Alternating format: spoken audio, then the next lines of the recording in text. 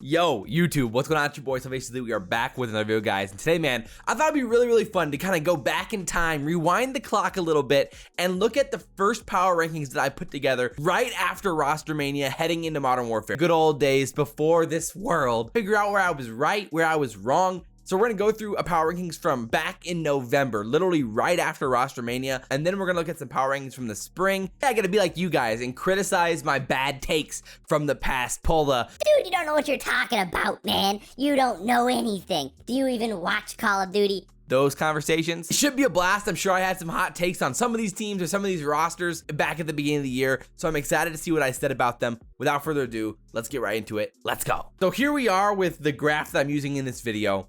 I mean, I'm basically just slotting them from, you know, they need major help on the left, as you can see, pretty self-explanatory, and they're going to be godly on the right. All right, so let's see what I have to say about these things. We're talking about Toronto first. Toronto has not been great so far. I'm not very excited or impressed. See, okay. Let's just say that with this squad so far. I mean, they're still trying to figure things out. I know it's not going to be perfect early on when they have that kind of muddied of a roster. And some of the other teams are definitely going through that as well. But when you got like Brack and Methods and Cammy and so many other guys that, you know, okay, so I'm gonna pause it. It's interesting, like looking back, you know, because at the beginning we were like, how is this 10-man roster going to work for the Ultra? And how is that going to play out? We didn't know if Brack was going to see any playing time, which he ended up not seeing it. But, you know, we weren't sure how Cammy, Kleenex, how that was going to play out. There were so many different variables and a ton of questions going into the year. And they were a huge surprise at the end of the year, heading into champs as well. So I would imagine I place them pretty low here. Middling tier of players, it feels like, and they're struggling to kind of get it figured out and sorted out right now. So with that said, I'm going to kind of move them into this area right here. All right. They need some major help, which I mean, to be fair, they did. Okay, New York. I'm feeling pretty decent about this team right now. They're definitely on the better side of things. You know, I didn't know they were going to make any roster changes at the time. Pretty concerned about how they might be able to handle the losses early on. Temp and the boys always kind of seem to be looking pretty good, and then when the pressure starts kicking in, frustration that arises when the losses start piling up, that's usually when teams that temper on start to go downhill a little bit. So I mean, now I'm feeling good. It ended up not being the case. It really wasn't their composure that costed them. They're gonna be right in the middle here. They're gonna be like right here. All right, we'll keep them right it's not there bad. for now. London Royal Ravens. We haven't really seen much from them. Again, this was before we basically knew anything about them. This was early on in November. Too much from them based off their roster, though. I feel like they're gonna be a middle of the pack type team. I mean, they were until the end of the year. Right now, unless Dylan's an absolute monster, but from the looks of it so far, the guys who dominated on Black Ops 4, it really hasn't translated that well for those guys. I mean, you know, I'm looking at OpTic Gaming. The Royal Ravens, at this point, it's hard to put them any higher. So that's interesting. I mean, I talked about how it looked like some of the guys who were great at BO4 didn't translate as well to Modern Warfare, and then talked about that with London. I mean, during the year, we kind of thought that, like, you know, what's happening with Dylan? Why is Skrapz and Dylan not kind of like the beasts they should be? It didn't translate that well. Now we're heading into a new Rostermania with a Black Ops game.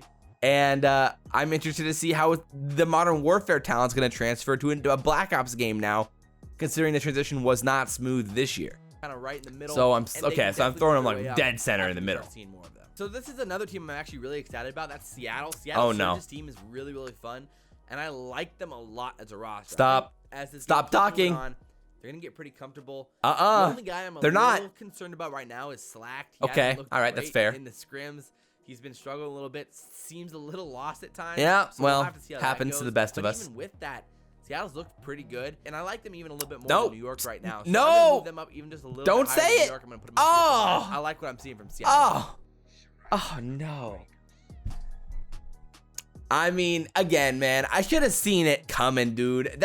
I don't know why I didn't consider the roles a bigger issue. I definitely mentioned it in some content early on in the year. Like, I mean, when you have Enable, Slacked, and Karma on the same team, the names are great. They're winners, but the roles don't make sense. I mean, I know we were still learning a lot about Modern Warfare at the time and like how this was going to play out. We weren't sure what was going to happen with Dead Silence and whether we were going to play Dom for sure or CTF at that point. So there were a lot of questions still, but I should have seen that coming with the role. It was just a big time problem with the roster construction of that team as a whole. It's still trying to figure the Mutineers. I mean, at this point, again, they hadn't dropped Mox yet. They hadn't dropped Pristini. All of the guys on that team when it comes to like Frosty, Havoc, Pristini, Mox, and Skies. Like, as a team, it's a pretty interesting squad. All right. And I like them all individually, which is why I'm going to move them just slightly ahead of Toronto right now. Okay. I mean, again, at the time, it's a fair comparison considering we didn't know what they were going to bring in. Pharaoh, we didn't know they were going to bring in Awakening. So this Atlanta FaZe squad is really interesting. I like. Now we got the Atlanta FaZe squad. I mean, I knew I was high on them. How couldn't you be at that point, coming off of E United? Overall, really like the talent that they have and the vibes that their team puts out. And I think they're gonna be a really fun squad. But with that said, I'm gonna slot them in pretty high up here. We're almost ready to give them the ring, but just not quite yet. So okay, all right. I'm a little surprised at myself. Squad. I'm definitely LA worried about Guerillas this squad. I don't know if they're gonna be able to make things happen. Obviously, we haven't seen them scrim yet. I mean, yeah, they were the last to announce their roster as well, and then they didn't scrim for a long time. To be a really great squad. I'm worried about it as a whole. And it doesn't feel like good opinion for them to like really rise above. Yes, keep talking, go. Looking forward to this squad early on in the year. Maybe Aches pulls out some magic and makes something happen as the year moves along. Spoiler, he doesn't. Squad, which is why I'm gonna slot him in pretty far down here. All right, I mean that only makes sense. I knew I wasn't too crazy this year for sure. So let's talk about Minnesota. Let's talk about the Rokkrs. This was before we knew whether or not it was pronounced Rokkr or Rokkr. We were all kind of debating, like, is it Rokkr? Is it Rokkr? I don't know. I actually wore the hoodie in honor of them dropping their whole team today because rip to that squad. But I'm excited to hear what I have to say about this. Let's keep going. They're a really interesting team. They are an interesting team. You know, again, they're not the sexiest of rosters. No. But they have a really, really fundamentally nice roster overall. Okay, we'll see. All right, at the beginning of the year, they were sneaky good. I mean, they were a fundamental roster, and then they got cocky. And the meta caught up with them. It went online, depending on how much you believe that was the reason why. You know, unfortunate circumstances for them overall, but I mean, I wasn't too far off there. I mean, at the end of the day, I think they can make some noise. I don't know if they have the end all. They did early on to be like a top 5 team, which is why we're gonna slot them right in the middle. I mean, so you know, that feels about right at the end of the day. Some of the more interesting ones till the OpTic, Huntsmen, Empire, Legion. Kick it off with the Huntsmen. The Chicago Huntsmen. Oh, we're going Huntsmen. Really good. Oh, baby. Hex and his boys have looked really, really nice. I know the branding's gotten some flack. Personally, I really like it a lot. I still think it's sick. And I'm excited to see what this roster can do early on. All righty, here we go. Where am I putting them? Good. It's been interesting. Do I put them ahead of FaZe? From the beginning of the scrims to the end. They started off I can't remember if I do or not. Pretty good. They are right up here with FaZe. I'm even gonna move them slightly ahead of FaZe. Oh, I moved them ahead of FaZe. So much firepower on this team. I did? Really, really dangerous early on in this year. So let's talk about Paris. I'm surprised I moved him ahead of FaZe. I don't remember him being as high as trouble this year. As I know we haven't FaZe in that situation. But this roster Paris though isn't cutting it for me. I don't think it's gonna be very good at all. I'm gonna move them into the. They were a huge surprise early on, and then they made that run late. At the end, someone's gonna have to really break out. I mean, to be fair, they ended off better than LAG. They're gonna want to be out. I mean, the bottom 3. Big dubs. Oh, the last 2, OpTic Gaming and Dallas Empire. OpTic and LA. Okay, so now we're talking. We got OpTic and Empire versus the Young Guns thing. Cram's been posting on his YouTube channel, trashing on OpTic. OpTic, they need some help. And it's crazy. They need some help.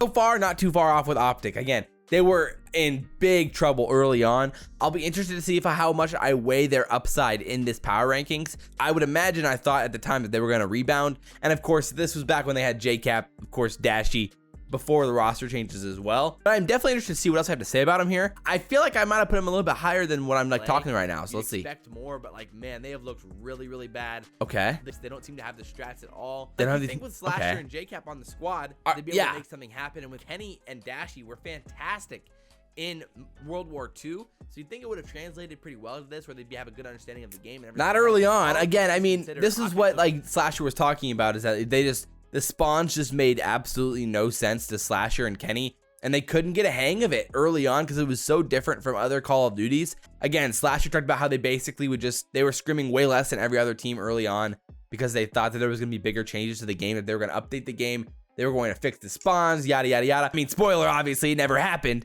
And that was why they were getting just absolutely thrashed early on. But it was definitely tough sledding for OpTic early in the year. I mean, that's why I'm trashing him here. Still be a fantastic elite squad. I mean, the talent itself is just telling. Maybe by the middle of the season, they might be able to rebound and get a lot better. But early on, right now where we are, when we're doing these power rankings, you cannot put them inside the top half, and they need some major helps. I mean, we're gonna go down here and interesting. Hanging out with like Toronto. Oh, whoa! I was low on them. Oh man. Potential.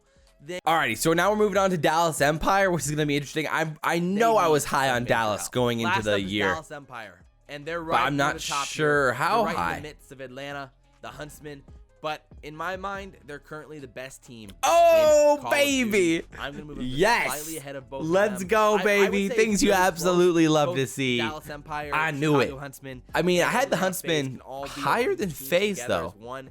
And if we were doing like a Interesting. they'd probably all be in the same tier potentially. Again, this was So like all maybe three of these 3 teams are weeks really, into the really game. good and have Oh, no, Dallas not fans full slightly screen. No, ahead. no, no, no. Not that disgusting background. And my bed, that's not actually my bed. Again, people didn't believe me, but it's not mine. Okay, we had 2 beds in here. It was there. Now, and I actually have it here. I'll show you. Look. Oh, this is behind the scenes. Look, there's my bed. See? Not the same one. It wasn't. But everyone thought it was. So that was on November 11th. And now we're going to move to a power rankings on May 25th. I'm going to skip more just to the end and kind of see like where I was at with some of these teams. This one was on May 25th. Now we had like made the full on switch from LAN to online COD, had a lot of time to go. This was right after Seattle, right after the Huntsmen picked up Preseason and Huntsmen won their first event. So that probably has to play into it as well. Zero was on London. Chino was playing in place for JCap. Mac was in for the Subliners. Pharaoh was in for the Mutineers. A lot of changes all over the place here. And I would imagine that most of the power rankings will be pretty different at this point in the season. So let's check it out. So here we are, skipping in the middle of this. Tier 1, Tier 2, Tier 3, Tier 4. I'm going to pause it real quick. Okay, so we got LAG, Surge, Paris, Ultra, Florida in the mid tier, which is right before they ended up winning. Rokkr or at the end of Tier 2 still, because again, we're still holding out that hope that they're still really good from the LAN play that they had at the beginning of the year. OpTic's in the middle of roster changes. New York has Mac. London has Zero now. So I just skipped a little bit forward. We've got Huntsmen, Empire, FaZe, 1, 2, 3 right here, but I don't think I've actually sorted them out yet. Okay, here we go. I think this is it. Third of Tier 1. Okay, so Huntsmen are 3. Ravens, but I'm not willing to say that they're Oh, right baby. there. Oh, with baby. FaZe and Empire right Who now. is it? And then when it comes to Empire and FaZe, I mean, when you look at these teams stats-wise, Oh, it makes sense why we they're got all the near the top. stats. I'm just Oh, dude, I missed the player interviews, man. These were sick. We need more of these, dude. They were so cool. All the young guns on that squad, And the drama's real. Like, it's like what pro players, like pro athletes have to go through. It was sick. FaZe is still the #1 team in the league. Oh, dang it. A few events ago, but it's I mean, I can't blame myself. FaZe was nasty in the middle of this year at this point still, and so was Empire, of course. So there it is, Tier 4. Man, Surge, Legion, there it is. Tier 3 Ultra. Jeez. Okay, so this was it. I mean, again, not a bad ranking. At the end of the day, we had London. We had the top 4. We had FaZe, Empire, Huntsmen, London, middle of the year. And then we had Subliners who were, you know, OpTic next, which again, they finished there as well. So overall, the ranking wasn't that bad. Toronto was the biggest sleeper at this point, still in the year in May. We didn't really see the run from Toronto coming with Cammy's kind of emergence and Kleenex joining the roster and him kind of breaking out, which we all kind of expected was going to happen at some point.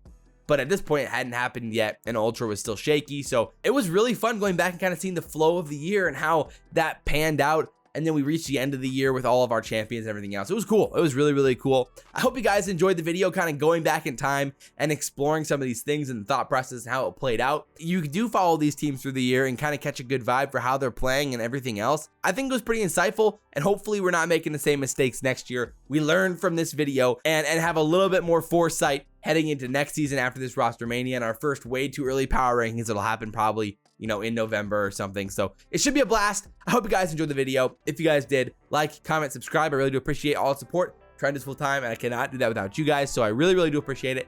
But as always, guys, I'm your boy, Abezy, and we will see you next time.